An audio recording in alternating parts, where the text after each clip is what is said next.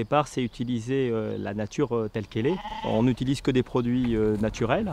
C'est essayer de fonctionner le plus possible avec l'herbe qui pousse, les pâturages. On ne va pas du tout utiliser tout ce qui est engrais chimiques, style azote, phosphate, etc. On essaie d'accompagner la nature, de ne pas la brusquer, de lui faire exprimer tout ce qu'elle peut exprimer, mais sans trop la contrarier.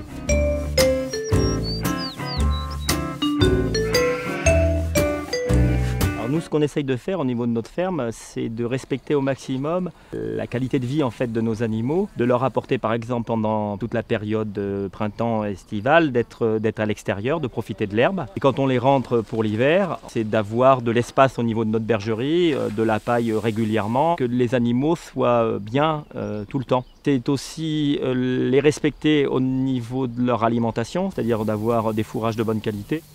Alors en termes de soins, on respecte le vieil adage, plutôt prévenir que guérir. C'est déjà des visites quotidiennes dans le bétail pour observer le moindre comportement suspect de l'animal. On va privilégier l'homéopathie, tout ce qui est aromathérapie et phytothérapie, donc tout ce qui est à base de plantes.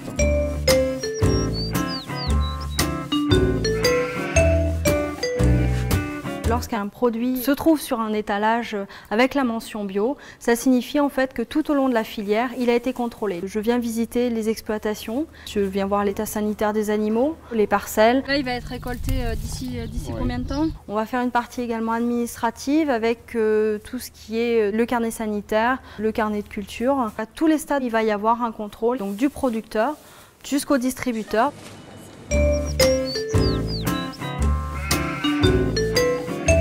Ça a vraiment un goût incomparable. Se respecter l'environnement. C'est de la qualité que nous avions avant dans les campagnes. Les goûts, ça change tout. C'est naturel, il n'y a pas de produits chimiques. J'espère que le bio, c'est l'avenir pour nous tous.